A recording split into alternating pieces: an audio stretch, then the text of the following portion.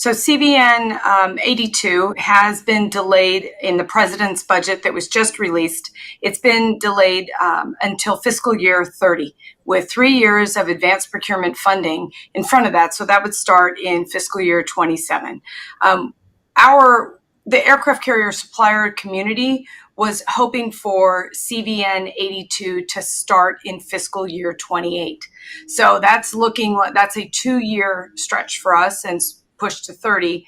And that will have a significant impact on companies that are suppliers to the aircraft carrier program. So there are 2,000 companies across 44 states in the United States that contribute parts and services, products, to the aircraft carrier program in order to build carriers and maintain and support carriers. So the companies across the United States are a critical part of our national security.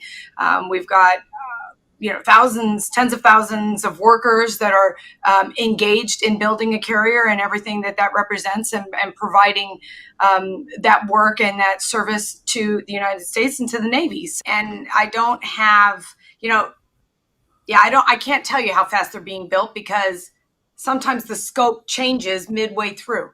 As you referred to, man, talking about the specifics, the funding for CVN 82, which is the next Ford class carrier, got delayed from 28 to 30. So what kind of an impact might that have on production and the coalition you oversee? And then as part of that, what are you doing with members of Congress or the services to try and come up with a solution?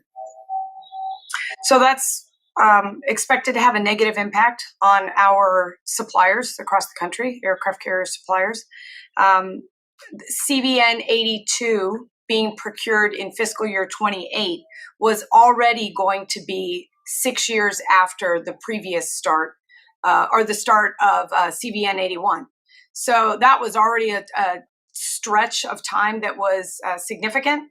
And now when it gets moved to 30, projected to be moved to fiscal year 30, now we have an 8-year an 8-year start. So one of the things that we're trying to do is to request $175 million of funding in fiscal year 25's budget to cover some of the advanced procurement needs, and to work with suppliers who we're concerned about that they might go cold. Their production lines might go cold, because if their production lines go cold, that is when we know that they will have to lay off skilled workers, or they will deprioritize military shipbuilding, or they will also look for commercial opportunities for their business. So we're trying to avoid that. And so our specific legislative request is $175 million in fiscal year 25.